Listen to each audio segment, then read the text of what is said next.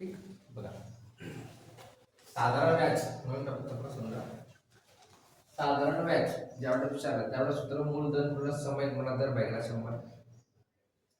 दर विचारला व्याज गुणा 100 भागिले समय गुणा मूलधन. समय विचारला व्याज गुणा 100 भागिले दर गुणा समय. मूलधन विचारलं व्याज गुणा 100 दर गुणा. तर तिघ गोष्टी एकमेकांवर अवलंबून आहेत समजा. ठीक फक्त कॉमन काय व्याज 100 व्याज 100 व्याज 100 फक्त एक गोष्ट चेंज होते बाकी काही नाही. ज्यावेळेस साधारण व्याज विचारलं असेल तर सूत्रही वापरायचं. ज्यावेळेस दर समय मूलधन विचारलं तर काही गोष्ट वापरायची. आता याच्या पलीकडे ज्यावेळेस मुदत मुदत महिन्यांमध्ये असेल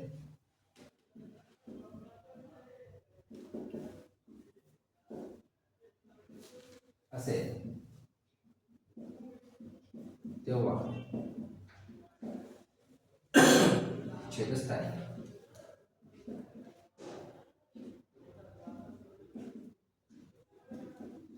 100 गुणिले 12 घे.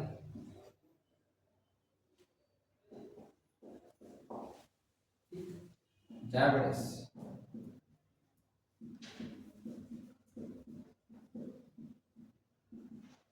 मुदत दिवसांमध्ये असेल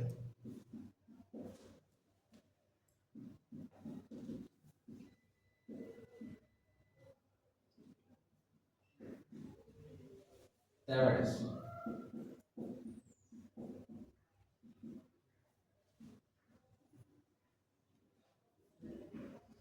शंभर गुणिले 365 घ्यावे.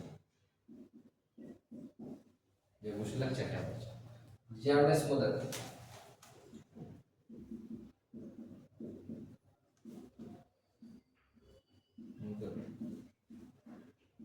वर्षामध्ये असेल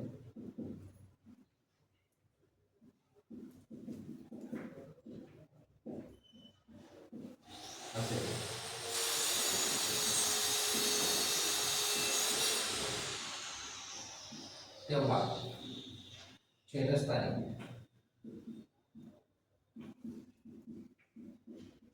फक्त 100 घे.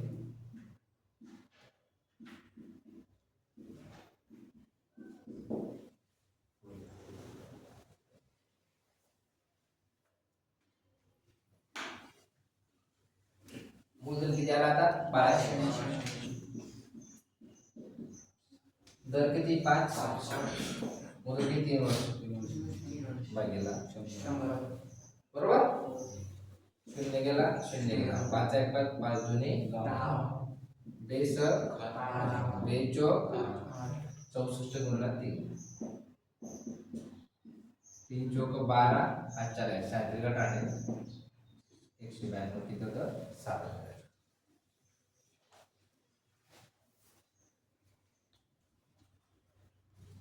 सुमित ने एक व्यवसाय शुरू करने के लिए बैंक से ₹2 लाख की राशि उधार ली. वह 7% वार्षिक दर से 2 वर्ष बाद कितना साधारण ब्याज अदा करेगी.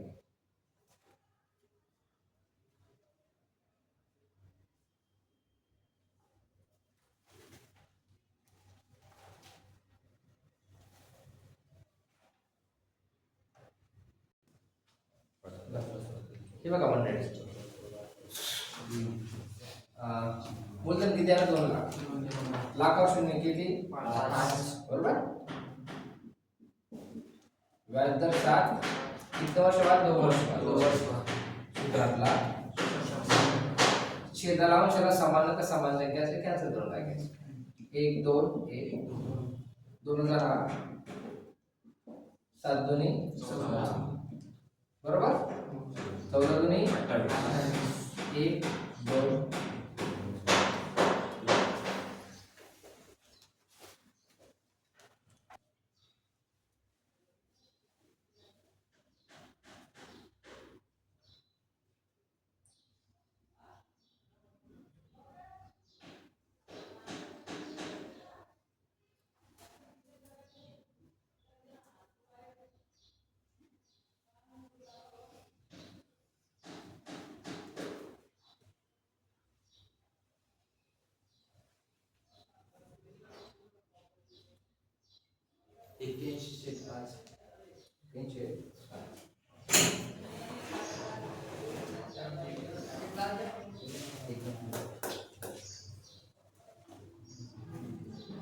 किती आलं उत्तर? जमलं ठीक आहे. 540 चांगला रिंग काढत आहे. 6 3 भागीला ठीक आहे. बघा काय सिंपल आहे का? हा काय सिंपल. शून्य गेला बे पंचे 10 बे त्रिक 6 बरोबर. आता 54 गुणला 3 3 त्रिक 9 भागीला किती 5 उत्तर पडलं ते. आता आपण 54 गणना करून घ्यायनंतर 5 आपण भागीला करून घेऊ. 9 चौक 36 आजच्याला 3 9 आता 95 95 3 48 भागीला 5. आता 486 भागीला 5 5 च्याला भाग जात नाही. पहिल्या दोन संख्या घ्यायच्या. 5 9 45 किती उरले 3 6 खाली 5 आणि 7 किती उरले 1 पॉइंट 5 दुनी 9 किती आलं उत्तर 97 पॉइंट. पूर्णांकात कमीच्या टक्केवारीत नाही पूर्णांकात टक्केवारी पॉइंट मध्ये उत्तर येतं.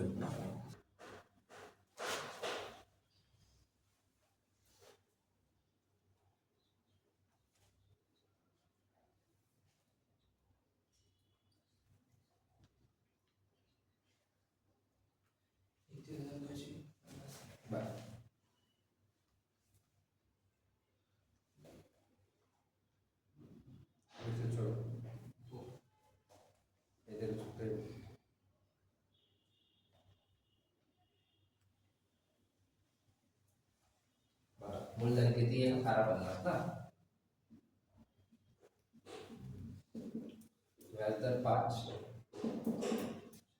मुदत किती 5 भागीला 100 ठीक आहे.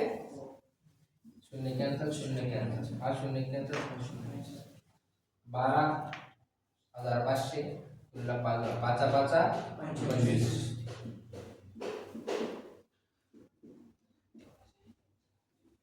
बरोबर. ठीक. कोणत्या संख्येला शून्य मूल्य सूत्र काय आहे?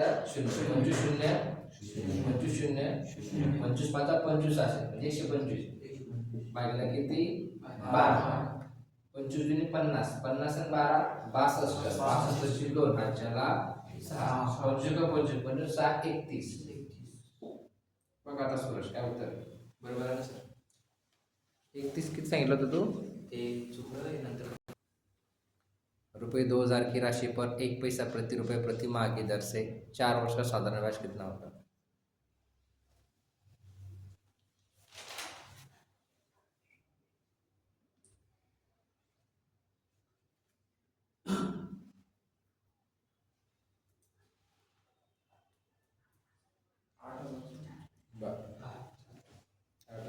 बाकी सोडून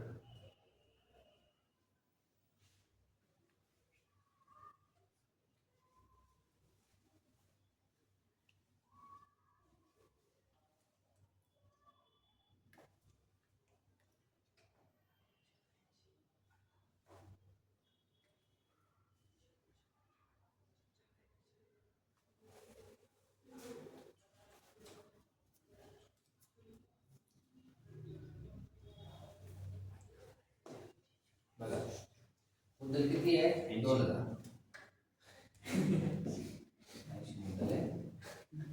1 पैसा प्रति माह 1 माह म्हणजे किती महिने 12 1 पैसा प्रति माह किती मुदत आहे 4 वर्ष भागीला 100 आता 1 पैसा प्रति माह ठीक. शून्य गेला हा शून्य गेला हा शून्य. आता 20 12 1 12 अच्छा 12 1 12 12 चौक 48 बरोबर. 48 दुनी 96 प्रतिमा आला म्हटलं म्हणजे बघा रुपये 2000 की राशि पर 1 पैसा प्रतिमाह, 1 पैसा प्रतिमाह की दर से 4 वर्ष के लिए, 1 वर्ष म्हणजे 12 महिने असतात, म्हणजे 1 पैसा प्रतिमाह गुणिले 4 भागिले 100. बरोबर विचारून घ्यायचा, काही प्रॉब्लेम नाही. यदि मूलधन राशि रुपये 13,000 है तो 5% वार्षिक की दर से 4 वर्ष का साधारण ब्याज कितना होगा? बघा मूलधन किती आहे? 13,000.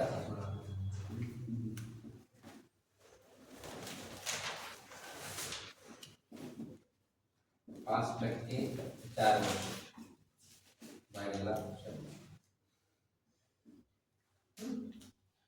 सदस्यांना 2 शून्य समान आहेत. 5 चौका 20, 120, 26, 8 शून्य 8.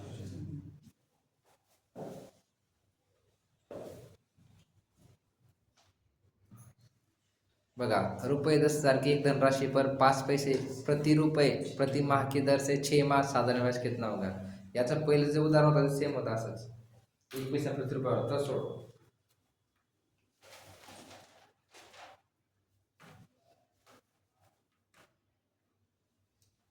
5 पैसे प्रति रुपये ते 10,000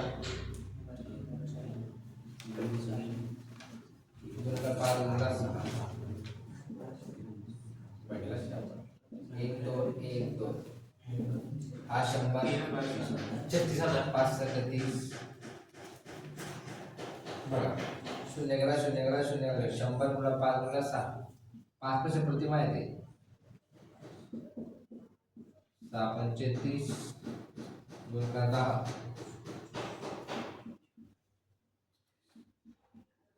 30 30 2 शून्य 5 पैसे प्रति महिन्यात